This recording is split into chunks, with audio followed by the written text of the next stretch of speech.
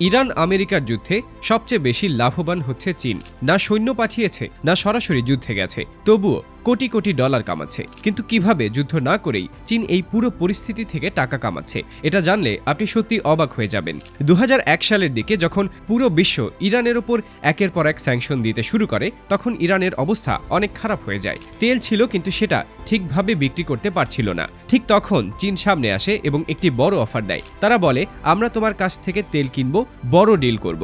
এই ডিলটা ছিল প্রায় $400 বিলিয়ন এবং সময়কাল ছিল 25 বছর। তবে একটা শর্ত ছিল, তেল দিতে হবে বাজার দামের থেকে কমে। এখন প্রশ্ন হলো, ইরান কেন এতে রাজি হলো? কারণ তখন তাদের সামনে তেমন কোনো অপশন ছিল না। যখন সবাই দূরে সরে যায়, তখন যে পাশে দাঁড়ায় তার প্রস্তাব মানতেই হয়। তবে এখানে একটা গুরুত্বপূর্ণ বিষয় আছে। এটা শুধু সাহায্য ছিল না, এটা ছিল একদম পরিকল্পিত ব্যবসায়িক সিদ্ধান্ত। চীন শুধু তেল কেনার কথা বলেনি, তারা ইরানে বিনিয়োগ করার কথাও বলে। রাস্তা, রেল লাইন, বন্দর, এই সব কিছুতে তারা কাজ করতে চায়। এর মানে ধীরে ধীরে তারা ইরানের ভেতরে নিজেদের একটি শক্ত অবস্থান তৈরি করে নেয়। এখন আসি বর্তমান সময়ের কথায়। মধ্যপ্রাচ্যে উত্তেজনা বাড়ার সাথে সাথে একটি জায়গার গুরুত্ব অনেক বেড়ে যায়, স্ট্রেইট অফ হরমুজ। এই একটি পথ দিয়েই বিশ্বের প্রায় 20% তেল যাতায়াত করে। এখন আপনি ভাবুন, এই রাস্তায় যদি সমস্যা হয়, তাহলে পুরো বিশ্বে কি প্রভাব পড়তে পারে? তেলের দাম বাড়তে শুরু করে, সাপ্লাই কমে যায় এবং অনেক দেশ সমস্যায় পড়ে। কিন্তু এখানেই দেখা যায় একটি ভিন্ন চিত্র। অনেক দেশের জন্য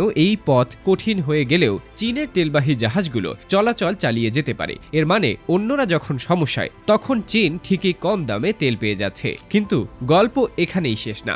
আসল লাভটা শুরু হয় এখান থেকে। যখন তেলের দাম বাড়তে থাকে, তখন মানুষ বিকল্প পথ খুঁজতে শুরু করে। এই সময় দুইটি জিনিসের চাহিদা হঠাৎ করে বেড়ে যায়, ইলেকট্রনিক গাড়ি এবং সোলার প্যানেল। আর এই দুই ক্ষেত্রেই চীন অনেক এগিয়ে। তারা অনেক আগে থেকেই এই সেক্টরে কাজ করছে। এখন যখন বিশ্ব তেলের উপর নির্ভরতা কমাতে চায়, তখন সবাই চীনের তৈরি এই বিকল্পগুলোর দিকে ঝুঁকে পড়ে। মানে সমস্যা তৈরি হয়েছে অন্য জায়গায়, কিন্তু সমাধান বিক্রি করছে চীন। চীন শুধু প্রোডাক্ট বানাচ্ছে না, তারা পুরো সাপ্লাই চেইন নিজেদের নিয়ন্ত্রণে নিয়ে ফেলেছে। ব্যাটারি, লিথিয়াম, ম্যানুফ্যাকচারিং সব জায়গায় তাদের শক্ত অবস্থান। ফলে ভবিষ্যতে যত বেশি দেশ ক্লিন এনার্জির দিকে যাবে, তত বেশি তারা চীনের উপর নির্ভরশীল হয়ে পড়বে। আরেকটা বড় বিষয় হচ্ছে ভাবমূর্তি। এই পুরো পরিস্থিতিতে চীন নিজেকে এমনভাবে উপস্থাপন করেছে যেন তারা শান্ত এবং স্থির। তারা শুধু ব্যবসা করছে, অন্যদিকে অনেকেই আমেরিকাকে দেখছে সংঘর্ষে জড়ানো একটি শক্তি হিসেবে। এর ফলে আন্তর্জাতিকভাবে চীনের ইমেজ আরও শক্তিশালী হচ্ছে। এখন প্রশ্ন হচ্ছে, এখান থেকে আমরা কি শিখতে পারি? প্রথমত,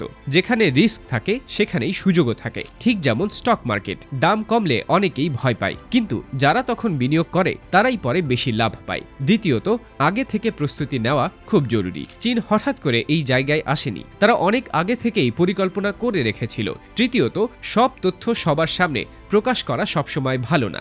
সব শেষে একটা কথাই বলা যায়, এই দুনিয়ায় সবসময় জেতে সেই না যে সবচেয়ে শক্তিশালী, জেতে সেই যে সবচেয়ে বুদ্ধিমানভাবে খেলে। চীন ঠিক সেটাই করছে, যুদ্ধ না করেই পুরো খেলাটা নিজেদের দিকে নিয়ে যাচ্ছে। তাই আপনি যদি জীবনে এগোতে চান, তাহলে শুধু পরিশ্রম না, স্মার্টভাবে চিন্তা করাও খুব জরুরি।